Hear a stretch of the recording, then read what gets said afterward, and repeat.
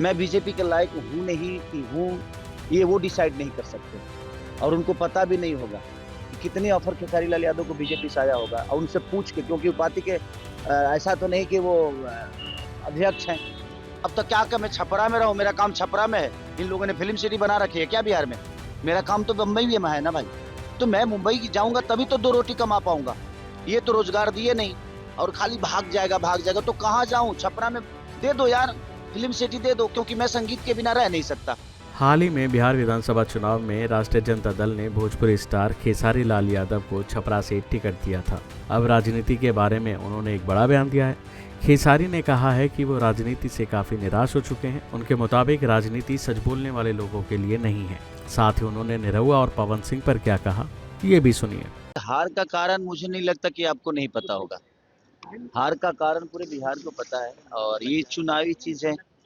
मुझे मुझे लगता है कि मैं एज ए कलाकार ही सही हूँ और हम लोगों के लिए पॉलिटिक्स सही है नहीं। रीजन ये कि यहाँ सच बोलने पे प्रॉब्लम है। यहाँ जो सच बोलेगा वो कभी जीवन में, मुझे नहीं लगता कि पॉलिटिक्स में वो बहुत आगे तक जाएगा। यहाँ सिर्फ झूठे वादे करना आपको अगर आता है तो आप पॉलिटिक्स में आओ। आपको दुनिया को सिर्फ बेवकूफ़ बनाना है तो आप आओ। हम लोगों ने सिर्फ ईमानदारी से अपने जीवन को लेकर चला है और हमेशा से हमने ईमानदार, एक जिम्मेदार और ईमानदार दोनों चीज़ें हमारे अंदर थी, शायद तभी हम यहाँ तक पहुँचे। और हार का कारण देखिए, अब बिहार की जनता को बदलाव ही नहीं चाहिए, बिहार की जनता को बेहतर कुछ नहीं चाहिए। तो उसके लिए जिम्मेदार कोई नेता नहीं हो सकता, वो आरजेडी नहीं हो सकता। बल्कि मुझे लगता है कि वो जिम्मेदारी कहीं न कहीं पब्लिक को उठानी पड़ेगी कि अगर उसको बेहतर बिहार चाहिए और उनको बेहतर बिहार अगर दिख रहा है तो सही है। बेहतर बिहार, मुझे लगता है कि मैं बेहतर हूँ और मैं बेहतर अपने जीवन में अपने बच्चों के लिए कर रहा हूँ। अगर बिहार के लोगों को भी अपने बच्चों के बेहतर के लिए करना है तो उनको बेहतर विकल्प के साथ ही जाना पड़ेगा। अगर वो नहीं जाना चाहते हैं, उनको लगता है कि हमारे लिए यही सरकार बेहतर है, तो भाई उनका अपना चुनाव है, उनकी अपनी सोच है। उसके लिए ना हम दोषी हैं और ना कोई सरकार दोषी है। तो बिहार के लोगों को सोचना पड़ेगा जो उनके जीवन में उनके बच्चों के भविष्य के लिए कौन बेहतर सोच सकता है। लैंड जाओ मामले में लालू प्रसाद यादव के परिवार को आरोपित तय किया है। तेज प्रताप ने कहा है कि हम लड़ेंगे। बिल्कुल लड़ना चाहिए। मुझे लगता है ना कि जिस उम्र से वो गुजर रहे हैं, उस उम्र में ऐसी चीजें उनके साथ नहीं होनी चाहिए। और जहाँ तक बात है कि उन्होंने बिहार को क्या दिया है, तो आप जाकर गांव में पूछिए कि लालू प्रसाद यादव जी ने बिहार को दिया क्या है। जो अधिकार हमें बोलने के लिए, खटिया पे बैठने के लिए, हमें अपनी आवाज़ बुलंद करके कुछ कहने के लिए जो उन्होंने दिया है आवाज़, जो छोटे वर्ग के लोग थे उनको जो आवाज़ उन्होंने दी है, मुझे नहीं लगता कि अगर वैसा नेता हमारे बीच में नहीं होता तो शायद हम आज भी किसी न किसी दबाव में जी रहे होते। पर खेसारी जी जो आरोप लगे हैं तो क्या उसे आप बेबुनियाद भी मान रहे हैं? सच पूछिए ना तो आरोप लगाना ना, अगर आपके पास पावर है ना भैया, तो आप कभी भी किसी पे आरोप लगा सकते हो।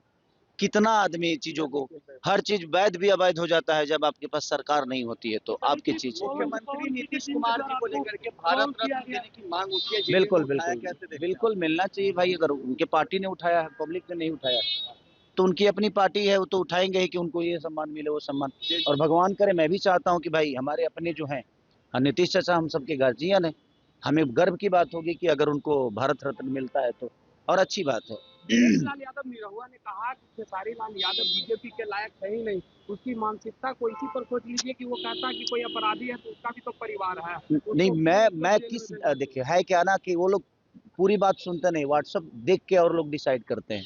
मैं बीजेपी के लायक हूँ नहीं कि हूँ, ये वो डिसाइड नहीं कर सकते और उनको पता भी नहीं होगा कि कितने ऑफर खेसारी लाल यादव को बीजेपी से आया होगा। और उनसे पूछ के, क्योंकि वो पार्टी के ऐसा तो नहीं कि वो अध्यक्ष हैं, उनसे पूछ के तो कुछ होता नहीं है। बट कहीं ना कहीं, अरे नहीं भाई यार, नहीं नहीं, मैं कोई ज्वाइन करना नहीं चाहता यार। मैं क्या बोला कि सच बोलने वाले कभी भी सफल नहीं हो सकते नेता नगरी में।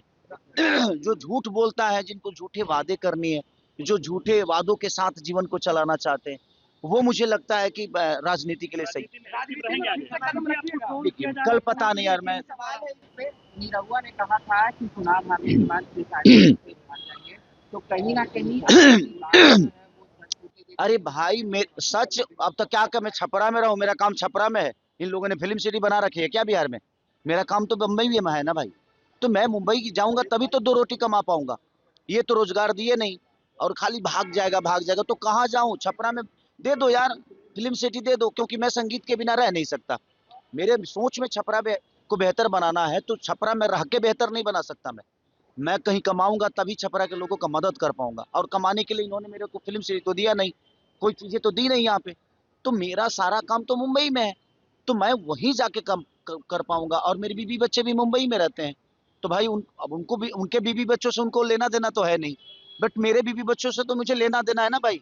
मेरा फैमिली है और मैं फैमिली को बहुत प्यार करता हूँ, तो मुझे मुंबई तो जाना पड़ेगा, क्योंकि मेरे पास फैमिली है, और जिसके पास फैमिली है तो फैमिली के पास जाएगा ना वो। आप महिलाओं का हमेशा सम्मान करते रहे हैं, लेकिन पवन सिंह जो है भाई ये उनका जीने का तरीका है। अब देखिए, वो महिलाओं का सम्मान करते हैं? आप बताओ, करते हैं वो? नहीं करते ना। उसके बावजूद भी बीजेपी उनको सिक्योरिटी देकर बैठा है ना। तो ये उनका विषय है भाई, वो उनकी जिंदगी है, उनकी पार्टी है, उसमें मेरा कोई लेना देना नहीं है। वो भाई अपने हिसाब से जीते हैं, उनका अपना जीने का तरीका है।